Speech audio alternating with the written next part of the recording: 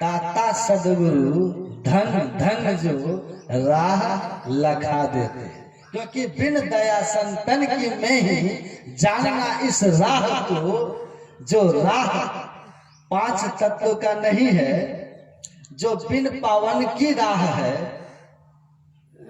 बिना पैर से चलने वाला रास्ता, वह सदगुरु ही बता सकते हैं।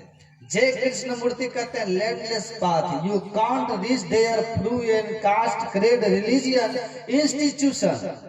आप किसी जाति विशेष के होने के कारण वहां नहीं जा सकते कि आप विशेष जाति के हैं इसलिए आपको एंट्री हो जाएगी, वहां कोई बात नहीं है। आप स्त्री या पुरुष होने के कारण वहां जाने का अधिकारी हो गए, कहते बिल्कुल नहीं कि स्त्री को एंट्री नहीं है, पुरुष को है, या पुरुष को एंट्री नहीं है, स्त्री को है।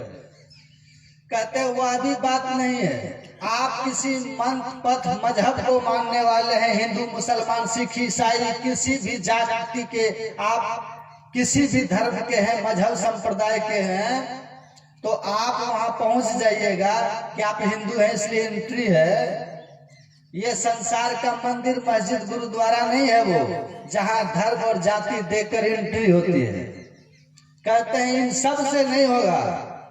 वो जो परमात्मा का धाम है वहां पहुंचने का एक ही रास्ता है, you only reach there through deep meditation by crossing the maya delusion. आप गहरे ध्यान में उतरकर माया के सारे आवरण को पार करके ही वहां पहुंच सकते हैं। उसके लिए किसी जाति धर्म विशेष मजहब स्थान स्त्री पुरुष का कोई भेदभाव वहां नहीं है। बस एक ही शर्त है कि you have to go in deep meditation. आपको गहरे ध्यान में उतरना होगा, आपको ध्यान योग साधना करनी होगी, अपनी वृत्तियों का पूर्ण सिमटाव करना होगा, जीते जी मरना होगा।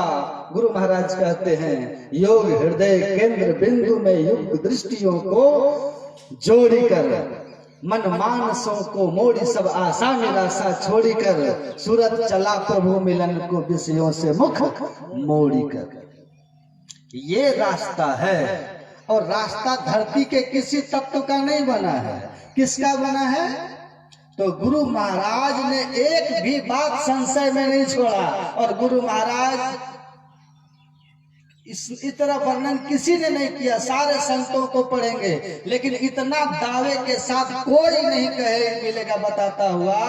कबीर कह देते हैं बिन पावन की राह है, लेकिन रास्ता किसका है? लैंडलेस पाथ है, लेकिन किसका है? गुरु महाराज ये साफ साफ कहते हैं ज्योतिनाद का मार्ग बनाओ धरा जाए तिल से, जो लो धरो और जतन करो दिल से। बता देते हैं कि अंतर ज्योति और अंतर नाद का बना हुआ वो रास्ता है जो अनगढ़ है। हम आपने नहीं बनाया है, परमात्मा ने बनाया है। उस रास्ते को पकड़ोगे तिल से, एक बिंदुता से वो रास्ता पकड़ में आता है। इसीलिए योग का अर्थ ही होता है चित्त वृत्ति निरोधा। योग उसको कहते हैं जहां हमारी फैली हुई वृत्तियां जो रूप रस गंध स्पर्श शब्द संबंध रिश्ता नाता में फंसा हुआ है, उसको संपूर्णतया मानस जब मानस ध्यान के बाद दृष्टि योग की क्रिया करके समेट लीजिए। पूर्ण वृत्ति का सिमटाव एक बिंदुता पर जाके कीजिए। एक बिंदुता की प्राप्ति होते ही बिन पावन का राह जो है वो खुल जाएगा, मोक्ष का द्वार खुल जाएगा, उसके अंदर प्रवेश कर जाएंगे और चलते चलते प्रभु को आप पालेंगे। तो विषयों से मुंह मोड़कर यही योग है, ये सूरत को सिमटने की कला है। परमहंस योगानंद जी महाराज में उन्होंने कहा, श्यामाचरण लाहिरी के शिष्य थे युक्तेश्वर गिरी, युक्तेश्वर गिरी के शिष्य हुए परमहंस योगानंद, बहुत बड़े महात्मा, भारत से ज्यादा अमेरिका इंग्लैंड में उनके शिष्य हैं। उन्होंने कहा है कि ये जो योग है यह मनोवृत्ति के समेटने का एक साधन है। गुरु महाराज के प्रवचन में भी लिखा है कि योग जो है फैले हुए वृत्ति के समेटने का एक प्रक्रिया है। योगानंद ने इसी बात को कहा कि yoga is nothing but it is a concentration of mind. योग कुछ और नहीं है, फैली हुई मनोवृत्ति का जो बहुत से नाम रूपों में विषयों में फैला हुआ है, उस फैले हुए मनोवृत्ति को समेटने की, पूर्ण सिमटाव करने की एक प्रक्रिया है, जिसका लक्ष्य क्या है? Journey from body to soul, शरीर से आत्मा की ओर की यात्रा। बॉन्डेज टू सॉल्वेशन, बंधनों से मोक्ष की ओर, मुक्ति की ओर की यात्रा।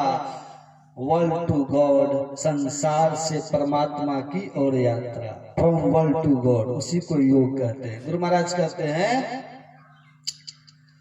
मन मानसों को मोड़ी सब आशा निराशा छोड़ के सूरत चला, प्रभु मिलन को विषयों से मुख मोड़कर।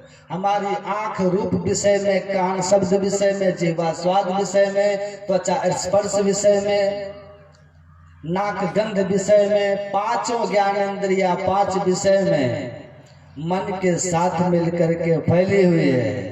इन 5 ज्ञानेंद्रियों के माध्यम से हमारा मन जो 5 विषयों के दीवाना बना हुआ है, इन 5 विषयों के आकर्षण से इसको छोड़ा करके और आत्मा के आकर्षण में जोड़ देना, आत्मा की ओर कर देना, विषयों से मुख को मोड़ देना, उल्टी पाछलो पैरों पकड़ो की जो प्रक्रिया है वही योग है। और इसी का ज्ञान हो जाए और ये साधन जीवन में आ जाए तो मुक्ति मिल जाए।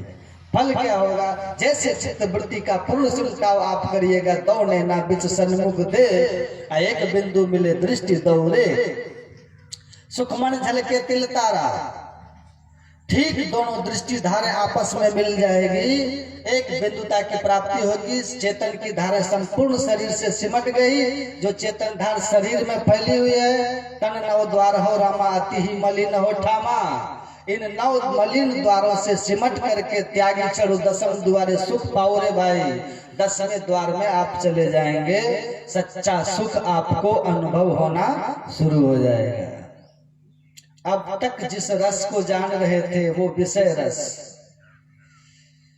वो विषय रस है जो संतुष्टि दायक नहीं है, जो अतृप्ति दायक है और अशांतिदायक है, और परिणाम में दुखदायक है। जैसे खुजली नोचते समय सुखदायक और नोचने के बाद लहर पैदा करके दुखदायक, वैसे ही ये विषय भोग के जो चीजें हैं, भोग काल में सुखदायक और भोगने के बाद दुखदायक, अशांति और अतृप्ति मिलती है, क्षोभ होता है। लेकिन सुखदायक और शांतिदायक जो है वो आपके अंदर में है, जो अनंत सुख देता है, अनंत संतुष्टि, अनंत शांति, वो अमित तोष सब